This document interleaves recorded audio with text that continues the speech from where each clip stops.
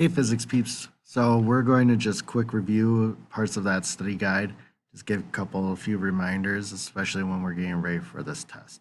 So your test, there's lots of things that are very similar to what was on the study guide, but there were some things that we mentioned before too that are not going to be on it, like especially that stuff from the last question, but we'll clarify it. So a couple things that I'll just kind of mention. Equations. You want to make sure that you know which equations that you should have on your reference sheet or that you can use as a reference. So especially things like a squared plus b squared equals c squared, use that for finding displacements. Like in this number 1, where you drew the map of getting from Adam's house to the theater. You draw the displacement, always goes from start to finish, and then to figure out the size of the displacement, because you have two sides, that's A and B, you are solving for C. Make sure you take the square root at the end, all that kind of stuff. Commonly what people will do is that, yep, you know what you're doing, they'll run through it quick, they'll forget the square root at the end. And so that's where this 14.31 miles comes from. But that equation, you'll need that. Other equations that you'll need are, especially dealing with triangles, make sure you know how to draw x and y components, x horizontal, y vertical, and which direction that they go. But when we talk about these equations, if you know how to set up SOHCAHTOA, awesome. And if you would prefer having it written out this way, where x is equal to the cosine of the angle times the hypotenuse, and y is equal to the sine of the angle times the hypotenuse. You could do that. And all that information is coming from here. Like they give you the angle. That's what goes in this place.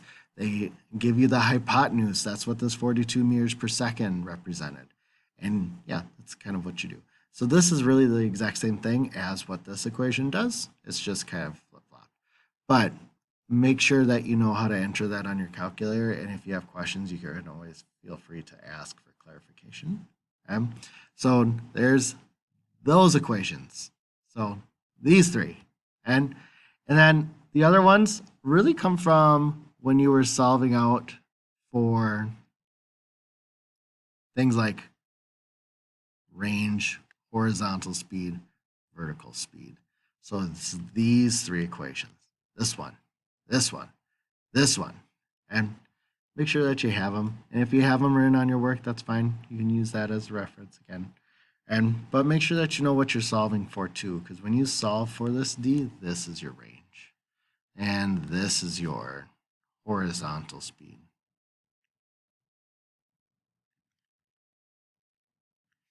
And this is your vertical speed.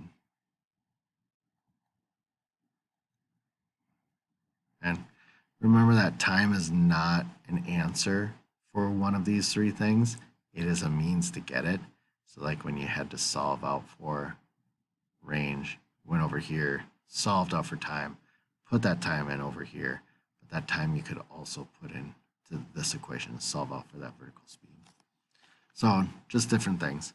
So you'll notice that there are a couple of problems here that are different from yours, and that's okay. This is from an old version. But something like this, where they give you the time, yep, you didn't have to solve for time. You're good. But you will have to deal with some questions where it's really kind of like what's really going on. Like for this question, your answer was letter B, because horizontal speed does not change. The vertical speed does, and after 1 second, that vertical speed changes by 9.8 every second. Negative because it's going down, so that's kind of what it is. Then when this airplane drops this bale of hay, it's going to end up landing, or when the airplane gets right here, the bale of hay will land on the ground right here because the horizontal speed of this bale of hay stays the same as that airplane as it's moving along. So when the bale of hay starts off, it has that same speed. And when it gets here, it has that same horizontal speed as the airplane. So it'll land, kind of fall right below it. And it's not going to just go straight down, follows the parabolic path, and will land on the ground right here. Okay. So Then, you didn't have that question. We kind of talked a little bit about this already with the x and y components. Okay? And then your other things, especially with problems like this, make sure that you know longest range. Angle that gives you the longest range is 45. Two angles that give you the same range are uh, angles that add up to 90. And then uh, what you, yeah, something like this, remember, something like number 10, that is an extends question. So if that part what seemed kind of weird, worry about it so much.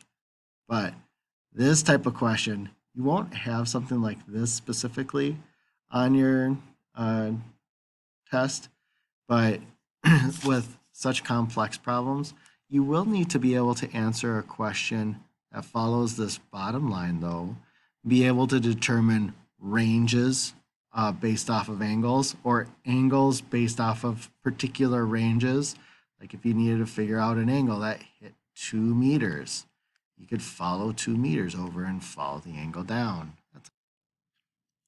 So yeah, if you have questions, make sure that you reach out. But you guys should be really good and set for this test. And make sure that you're also familiar with terms like trajectory, parabola, and projectile, things like that. So, and range, yeah, yeah. So it's a lot like what you guys have seen on your other quizzes and things like that. And so don't let that stuff uh, freak you out too much. You'll be good. You'll be good, you guys. And so you've done a lot of this stuff. You guys have worked hard. And so your test, you'll be able to take your test here in just a moment.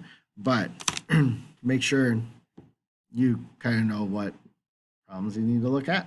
Make sure that you have those equations somewhere that's handy. And then make sure that as you're going through the test, that you're showing your work. So the biggest part of going through this is actually showing your work, because when you try to do it in your head, people get lost. They tend to make silly mistakes, but then they don't know what the mistake is. But I've seen a lot of those. And so I can kind of tell what they have been. And it's usually someone entered something on their calculator incorrectly. They forgot to do a square root, or they uh, forget which part of the problem that they're on or what numbers that they need uh, when they're just trying to do something like this in their head. And usually, what ends up happening is they'll go through and just grab numbers up here, and it's going to be in the wrong order. It's not going to be putting numbers in the correct spot. And so, show your work. Show your work. It's not for me, it's for you. It's for you. It helps keep you organized. And that's the big thing. But you guys will be great. Have a good test. Have a good day. All right. See you guys.